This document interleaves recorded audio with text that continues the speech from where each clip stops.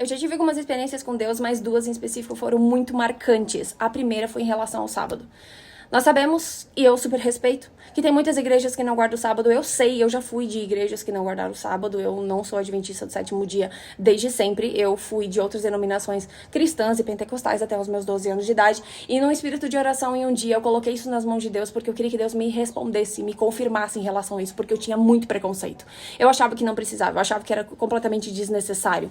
Eu tinha aquela ideia de que não, o sábado foi pro povo de Israel. Só que aí depois a gente começa a estudar a Bíblia, a gente percebe que o sábado foi estabelecido na criação pelo próprio Deus. Ah, não, mas o sábado foi depois da tábua dos 10 mandamentos que apareceu lá para Moisés, que Deus entregou para ele. Não, o povo de Israel já guardava o sábado porque o maná caía em dobro na sexta-feira. Enfim, é muito comprido até o final da Bíblia, o sábado tá presente, mas enfim, eu tinha muito preconceito e sempre achava um pretexto para dizer que não precisava. Então eu coloquei isso em espírito de oração, coloquei nas mãos de Deus e falei, Senhor, me confirma, porque eu não quero.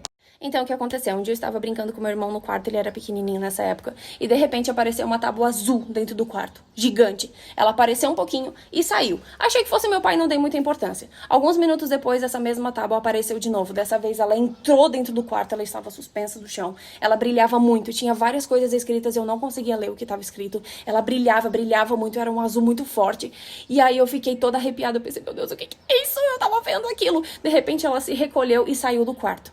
Eu contei pra minha mãe, contei pros meus pais, fui pro quarto, orei muito, me ajoelhei. Gente, em espírito de oração, assim, eu me rasguei diante de Deus. Eu queria realmente que ele me respondesse o que era aquilo. E aí, o que aconteceu? Eu abri a Bíblia e pedi, Senhor, me direcione. O que foi isso que eu vi? E aí, adivinha o que estava escrito quando eu abri? Estava escrito assim, ó. E Moisés desceu do monte com as tábuas da lei na mão. E depois Deus confirmou novamente na Bíblia, com um verso que dizia assim, ó. E sei que seu mandamento é vida eterna. Depois disso, abandonei os preconceitos, estudei muito. E a partir daquele dia, comecei a guardar o sábado. E só pra terminar em relação a essa experiência, gente, depois disso eu comecei a estudar tanto a Bíblia. Mas tanto, não é um estudo qualquer, não é um estudo de pegar um versículo e simplesmente ler, ou ouvir uma pregação e amém, glória a Deus. Não, eu comecei a estudar, sabe, esquadrinhar as escrituras de fato. A aprender realmente sobre os originais, sobre a língua que foi escrita, o contexto histórico, pegar um texto ali, um texto aqui, entender de verdade, sabe, um negócio assim de se aprofundar, como se eu tivesse que fazer uma prova da OAB pra isso. Foi isso. E, gente, é incrível como tudo se completa. Eu vou falar pra vocês, depois que Deus confirmou essa questão do sábado na minha vida, que eu passei a guardar o sábado, e até hoje, gente, é assim, ó, eu fico toda arrepiada, tenho vontade de chorar. É maravilhoso, é sério, é incrível.